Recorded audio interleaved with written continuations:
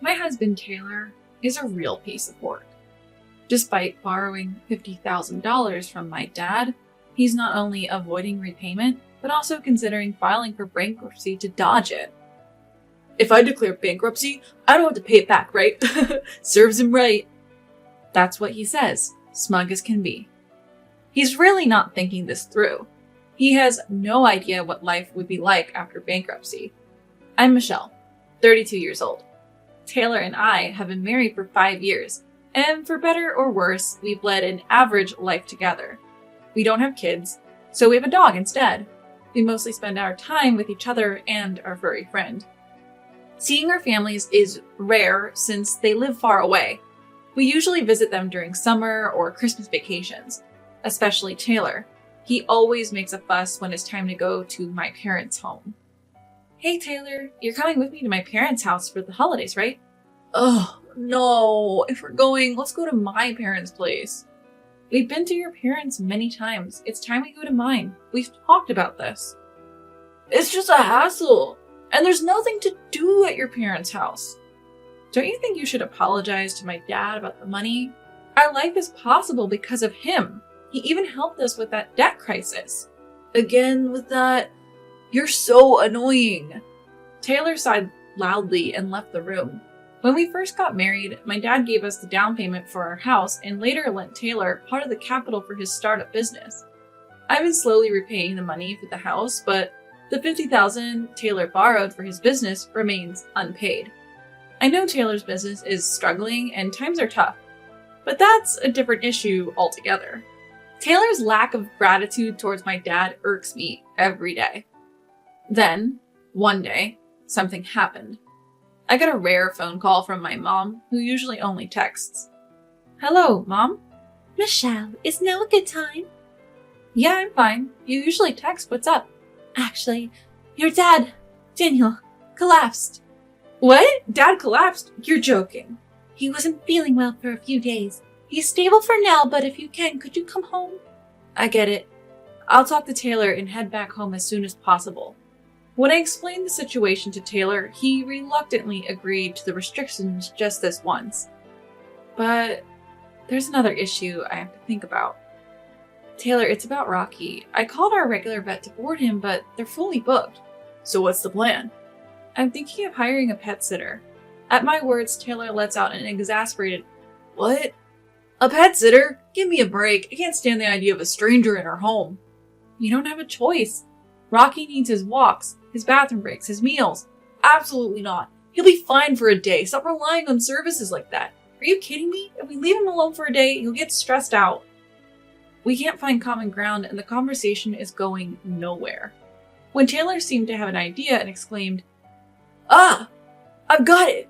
I've thought of something great! What is it? Why not ask Isabella?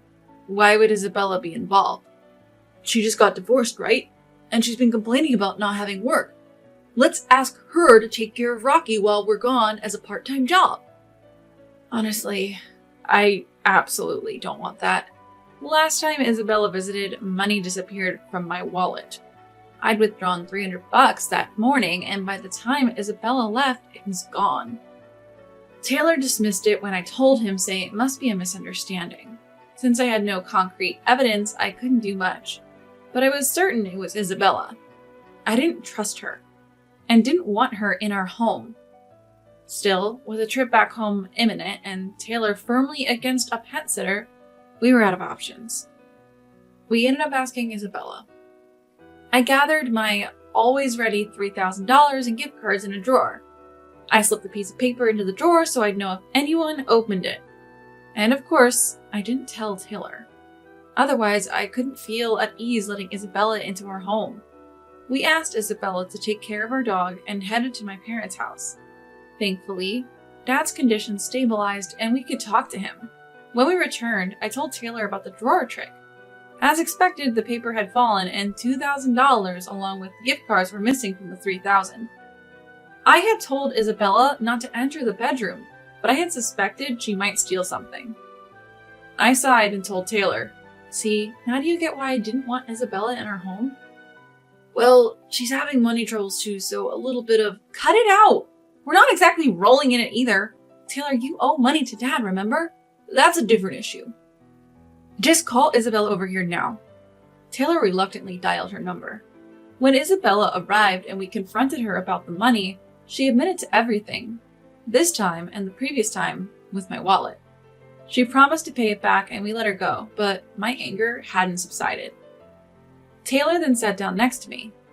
If he is, I'll make sure Isabella doesn't come around anymore. But what Taylor said next was jaw-dropping. Michelle, you're surprisingly mean-spirited. What? Setting up a trap like that for Isabella isn't something a grown adult should do. Wait a minute. Are you taking your own sister's side even after all this? Isabella's in the wrong too, but what really turned me off was how you doubt your own family and set up such an elaborate scheme. Don't joke around. If you'd believed me about her stealing money last time, maybe we could have prevented this. Just like you don't want the pets that are in our house, I don't want Isabella in our house. Wow, so narrow-minded. What?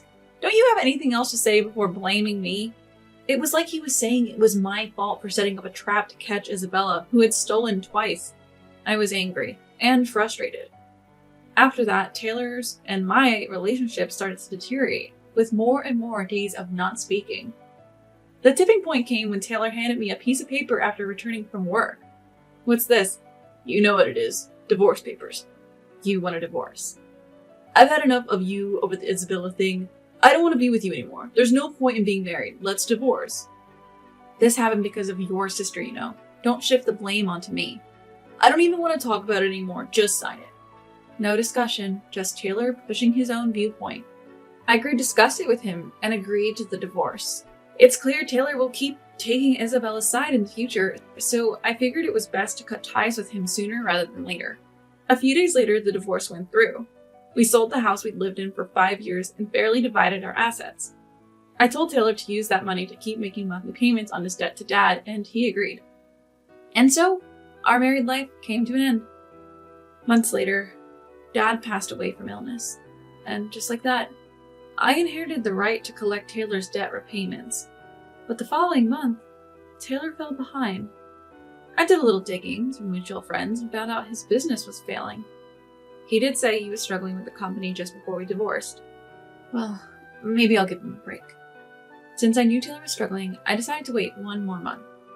But when there was still no transfer from Taylor, I lost patience and called him. Hello, it's Michelle. What's up, Michelle? What do you need? What do you mean, what do I need? It's about repaying Dad. You haven't paid since last month. Oh, is that all? Well, I'm not paying anymore. Excuse me? Caught off guard by his unexpected response, my thoughts freeze for a moment. Taylor, without any remorse, continues. Why should I? My father-in-law's dead, right? No point in paying back a dead man. What are you talking about? That's ridiculous. I inherited Dad's right to collect the debt, so now I'm the creditor. Understand? I don't care. I said I'm not paying. I can't pay. Suddenly furious, Taylor starts yelling over the phone. I'm struggling with my business too, you know. Why should I repay a debt to a dead person? It's a waste of money. Don't joke around. How can you even say that? Your current business exists because of Dad. Yeah, sure. He helped back then, but he's dead now. Only you would benefit if I repaid the debt, so why would I do that? At that moment, rage surged through my veins. Our parting wasn't amicable, and I know about the current economic situation. If only he would sincerely apologize for the delayed repayment. But he's showing no remorse, let alone an apology. Worse still, he seems to think he's off the hook for repayment now that Dad is gone. I'm infuriated by Taylor's convenient thinking. I won't let this go. He will repay every penny. Determined, I reply in a stern voice. Just to clarify, Dad's death doesn't absolve you from repayment. Annoying, Taylor muttered irritably. I told you, only you benefit from me paying back. There's no way I'm paying back $50,000. All right then, I'll take appropriate measures. Is that okay?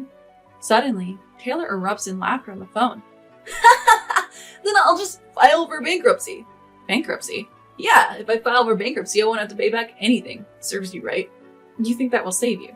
You'd better repay. You're just trying to get money out of me. I can't possibly pay back that amount. So, you never intended to repay it? If the business had gone well, sure, I would have paid, but it didn't. Not even sorry towards Dad. Why should I apologize to a dead person? Both you and your sister are irresponsible with money. Disappointing. See what you want. I've got my trump card. Bankruptcy. Fine. Go ahead and file bankruptcy, but you'll regret it. Thanks for the advice. Bye. With that, he happily hangs up the phone. Taylor seems to think that filing for bankruptcy will free him from his debt, but he fails to consider the downsides that come with it. If declaring bankruptcy wiped out all your debts, everyone drowning in debt would be doing it, happy as a clam. I have a friend who had to declare bankruptcy because they co-signed a loan once. It was a heart-wrenching process. I saw the struggle up close, so I know how tough bankruptcy can be. That's why I decided not to tell Taylor about it. Later, it seems Taylor really did go through with the bankruptcy process. I got a text saying, "Debts are gone. Serves them right." I didn't reply. I just waited to see how things would play out, pretty much expecting Taylor to self-destruct. A few weeks later, just as I expected, a desperate call came in from Taylor. "Michelle, please help me." "Long time no see. What's up?" "I'm screwed. Yeah, I get rid of my debts, but now I can't even live a normal life." "Oh, that's unfortunate." "Unfortunate? You don't get it. I'm really in trouble here." "Well, declaring bankruptcy is a last resort only for those with no other options." "What?" For Taylor, who clearly didn't understand the situation, I laid it out plainly. "Listen, bankruptcy is the last resort. They'll take all your assets, cars, electronics, everything. Your credit cards won't work. You'll be blacklisted." "How do you know all this?" "I saw a friend go through it. It was a nightmare." "What? So you knew this would happen and you didn't stop me?" "Are you finally getting it?" "This is no joke. I thought I could just reset my debts and get back to normal life. This isn't what I envisioned." "Not my problem." "It is your fault. If you told me how hard bankruptcy is from the start." At this point, Taylor was trying to shift the blame, so I gave him a reality check. "Don't you get it? You made the choice without doing any research. Even after I warned you, you made your bed, now lie in it. And you're asking for help now? That's pretty cheeky." "I'm your ex-husband in need, isn't that enough?" "Ex-husband? You didn't even show up to Dad's funeral, and you've never been grateful for anything. Why would I help trash like you?" "Karma's a bitch, isn't it?" "Trash? Who are you calling trash?" "Just to make it clear, you're in a really bad spot right now. Don't expect to live like you used to. Bankruptcy doesn't offer a bright future. You chose this path.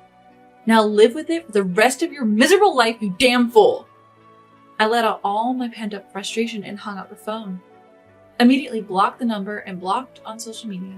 And that's how I finally cut off all ties with Taylor. As for him, word has it that he's living a pretty miserable life. He thought he could just wipe the slate clean with bankruptcy and start fresh. He may have acted like he had it all together, but reality isn't that kind. Since he's on the blacklist, he obviously can't get a loan for anything. On top of that, it seems he owed a lot of money to his friends, and he hasn't paid them back. He's been contacting other friends to borrow money, but no one will lend him anything now that they know his situation. In fact, almost all his friends have cut ties with him, and it seems he's living a lonely life now. It's nothing less than poetic justice. As for Isabella, it turns out she wasn't just stealing from me, but also from her friends. Apparently, she was recently arrested by the police.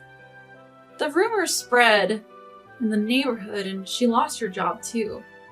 I'm so relieved to see those two people I can't stand both get their comeuppance. I'm really glad I got a divorce when I did. I'll never have to deal with those siblings again. If I ever date someone in the future, I won't make the same mistakes. I'm determined to be more discerning in judging people and build better relationships.